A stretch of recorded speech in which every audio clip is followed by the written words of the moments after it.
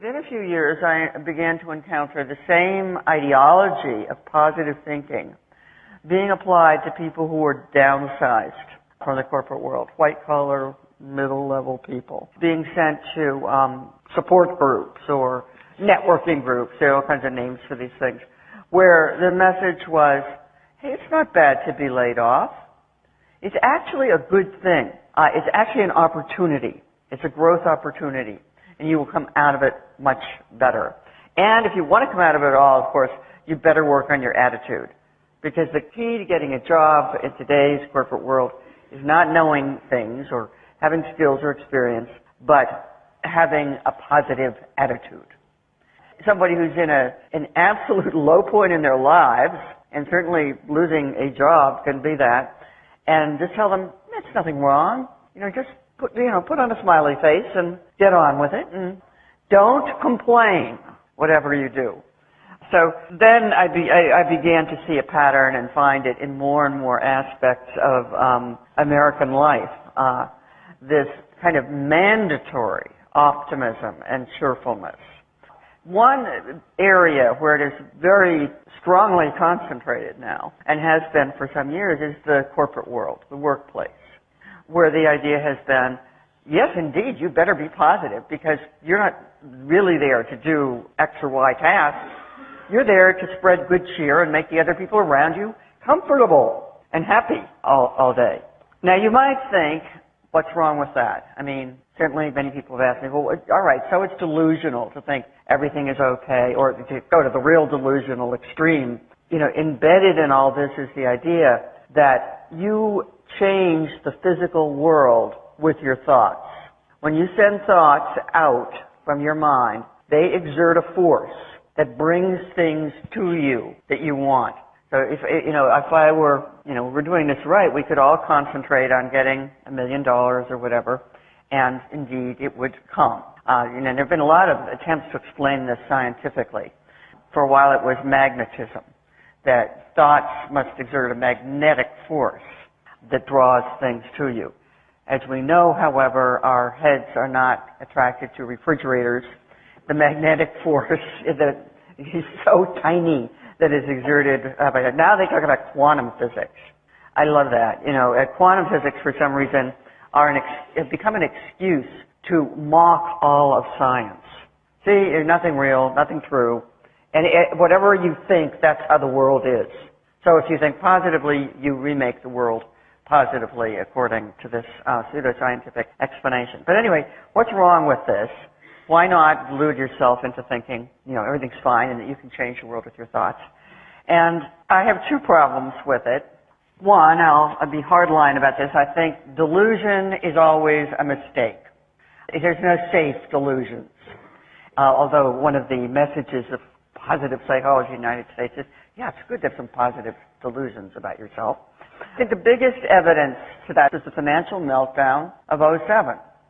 Now, a lot of things went into that, like extreme class inequalities of the United States, and, well, your country too.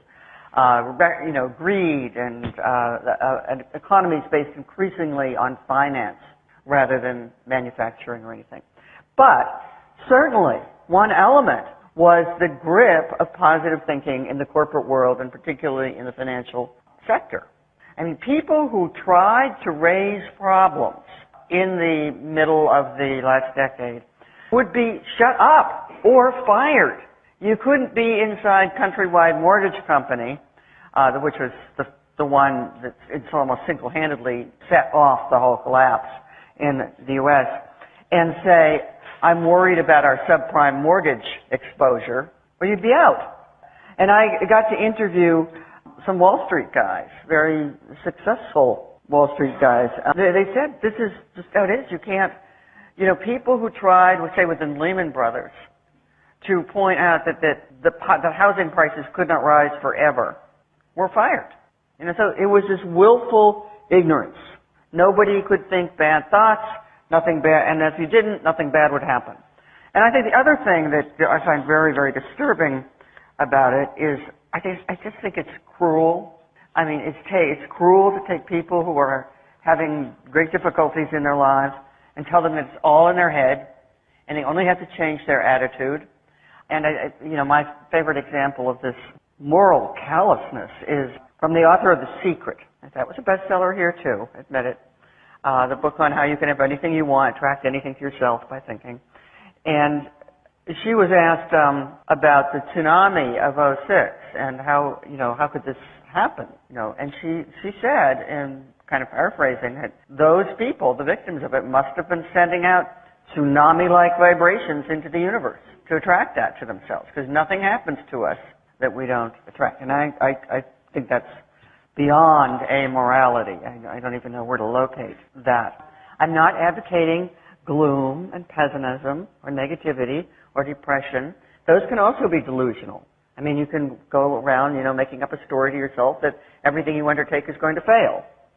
And there's no reason to think that. My very radical suggestion is realism. Just trying to figure out what is actually happening in the world and seeing what we can do about those parts of it that are threatening or hurtful. My background is in science, and I think, there's not one fixed truth or reality, but we close in on something. And then we think, this is as good as we can understand for now, until we get better information, but try to act on that. I think I would make a case that we are hardwired to be vigilant. I mean, yes, we have many other capabilities, to be jolly, to experience camaraderie, solidarity, all of those great things. But we're hardwired to be vigilant and on guard. That's how our very distant ancestors survived. Not by saying, everything's probably okay, don't worry about the motion in the tall grass over there. The people who survived said, move, it's a leopard, let's go. George W. Bush. George W. Bush was a cheerleader in college. Not an athlete, but a cheerleader. And I think he construed the presidency as a continuation of that role. He is one of those people who closed himself in the bubble of positive feeling. Condoleezza Rice said, way too late, that she had doubts about the invasion of Iraq, but she didn't dare express them because the president hated to be around, quote, pessimists. See the equation of pessimism with doubt. So nobody raised any questions about that war within the hearing of the president. Or those that did, like the general who suggested that we were only putting half as many troops on the ground as would be needed to accomplish whatever we were trying to accomplish, he was pushed out of the way. He lost his job, essentially. What could be cleverer as a way of quelling dissent than to tell people who are in some kind of trouble, poverty, unemployment, etc., that it's all their attitude, that's all that has to change, that they should just get with the program, smile and get no complaining. It's a brilliant form of social control, which, by the way, was practiced in the Soviet Union. One of the principles of Soviet communism was optimism. So it's a form of social control, by the way, that is quite widespread, has been widespread in totalitarian types of societies, but I think it has worked very well in America. Take the issue of class inequality. How could that be a problem if anybody can become rich by thinking about it? If any one of us can just attract wealth to ourselves, there's no issue. Somebody raised a parallel to what we call market fundamentalism, right? The idea that the market, the invisible hand, will straighten everything out. That you don't have to intervene, you don't have to have policies, you don't have planning, because there's this miraculous force that just irons out everything. Well, maybe a couple of generations get crushed along the way, but it's basically, I think it completely overlaps with the positive thinking ideology. You don't really have to do anything because there is this benevolent, invisible deity, the market, that will clear everything up. And I tell people, you want to really take a mental leap of sort of a kind of belief. Believe that we could change things. It's the powerlessness of positive thinking, because it always just envisions you as a lone individual changing the world. Or not changing the world, redesigning the world to fit your ideas. But we do have we do have power. We have collective power, which we could use to make changes that would end a great deal of unnecessary suffering in the world.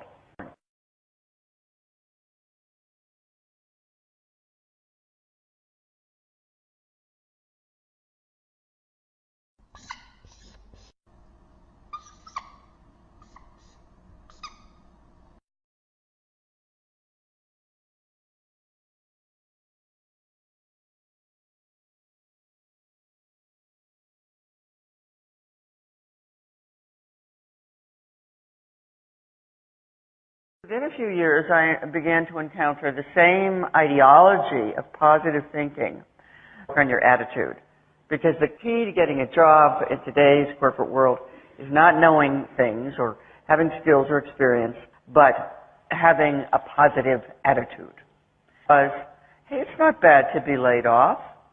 It's actually a good thing. It's actually an opportunity. It's a growth opportunity. And you will come out of it much better. And if you want to come out of it all, of course, you better work being applied to people who are downsized from the corporate world, white-collar, middle-level people, being sent to support groups or networking groups. There are all kinds of names for these things, where the message was